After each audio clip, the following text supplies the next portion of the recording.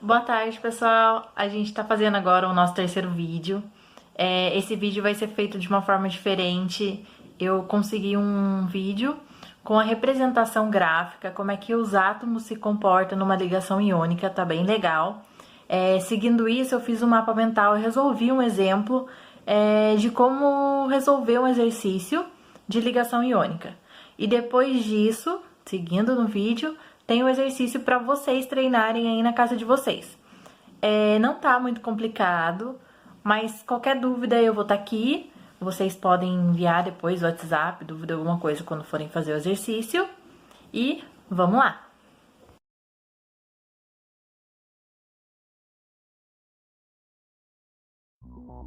Ligação iônica é a ligação que se estabelece entre dois átomos quando há transferência de elétrons de um para o outro.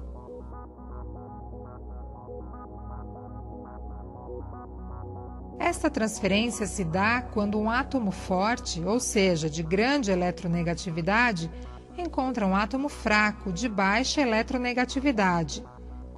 Eletronegatividade é a capacidade que um átomo tem de capturar elétrons. O átomo que perde elétrons passa a ter carga positiva, tornando-se um íon positivo ou cátion, enquanto que o átomo que ganha elétrons passa a ter carga negativa, tornando-se um íon negativo ou ânion. Como cargas elétricas opostas se atraem, os íons ficam ligados em razão da atração elétrica. Este tipo de ligação recebe o nome de ligação iônica e substâncias resultantes de substâncias iônicas ou sais, como por exemplo o sal de cozinha ou cloreto de sódio, composto dos íons de sódio e cloro.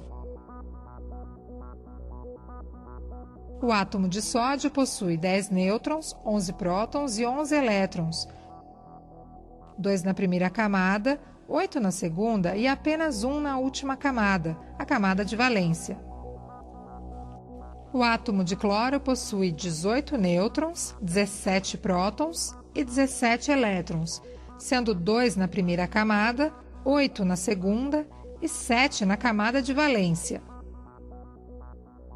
Quando juntos, o átomo de sódio perde um elétron para o átomo de cloro, tornando-se carregado positivamente, ao passo que o átomo de cloro, ao ganhar um elétron, se torna carregado negativamente. Ocorre então a ligação iônica, formando o cloreto de sódio.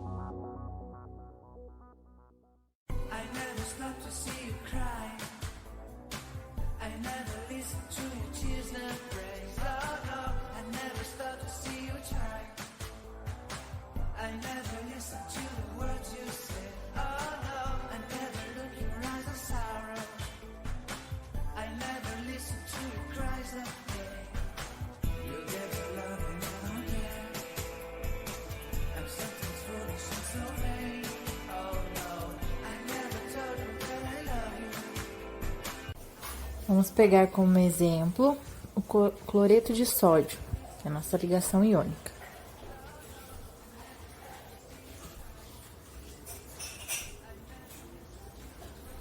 Vamos fazer a distribuição eletrônica do sódio, que tem número atômico 11. Aí pela distribuição de Linus Pauling.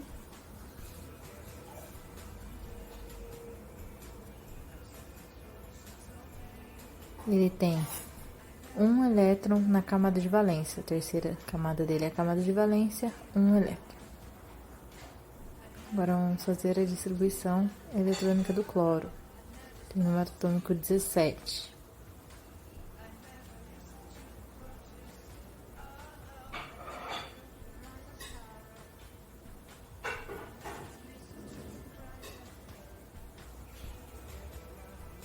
Então, a camada de valência dele também é a terceira. Ele tem 7 elétrons na camada de valência. Como é uma ligação iônica, vamos fazer a representação de Lewis. Essa representação, a gente coloca a quantidade de elétrons. Como o sódio tem um só, eu coloco um xizinho. E o cloro tem 7, então vou colocar 7 xizinhos. Como o sódio tem um elétron só, ele tem a tendência de doar elétron, certo? e ele vai doar para o cloro, que tem a tendência de receber. Aí a representação quer dizer que o sódio perdeu um elétron. E Cl com 8 xizinhos, que seria o cloro completo com 8 elétrons na última camada. Repare que o sódio, mesmo se ele perder um elétron, a última camada dele vai continuar com 8. Porque tirando a terceira, a camada de valência fica a camada 2. E a camada 2 vai ficar com 8 elétrons, se você tirar a terceira do sódio. Então, mesmo doando, ele continua completo. Ele vai estar completo ainda, porque a segunda camada, que vai ser a mais alta, vai ter 8 elétrons. Essa é a propriedade da ligação iônica. Um receber para ficar completo com 8 elétrons, e o outro que vai perder para ficar completo também. Perdendo, ele vai estar com a última camada completa com 8 elétrons. E isso foi a ligação iônica. Pessoal, esse é o nosso exercício sobre ligação iônica. Para vocês fazerem ele, vocês vão precisar ter assistido o slide número 2, que é sobre ligação iônica, e depois ter visto o mapa mental sobre ligação iônica que eu enviei também. Vai dar uma ajudada. Como que vocês vão fazer isso aqui? Vocês vão descobrir se cada letra aqui, a substância que vai formar esses dois elementos, ou 3, se eles vão formar uma substância iônica ou não. Como vai saber disso? Vocês vão fazer a distribuição de cada elemento, fazer a representação de Lewis com os elétrons da última camada de cada um, e ver se um vai estar doando, o outro recebendo elétrons.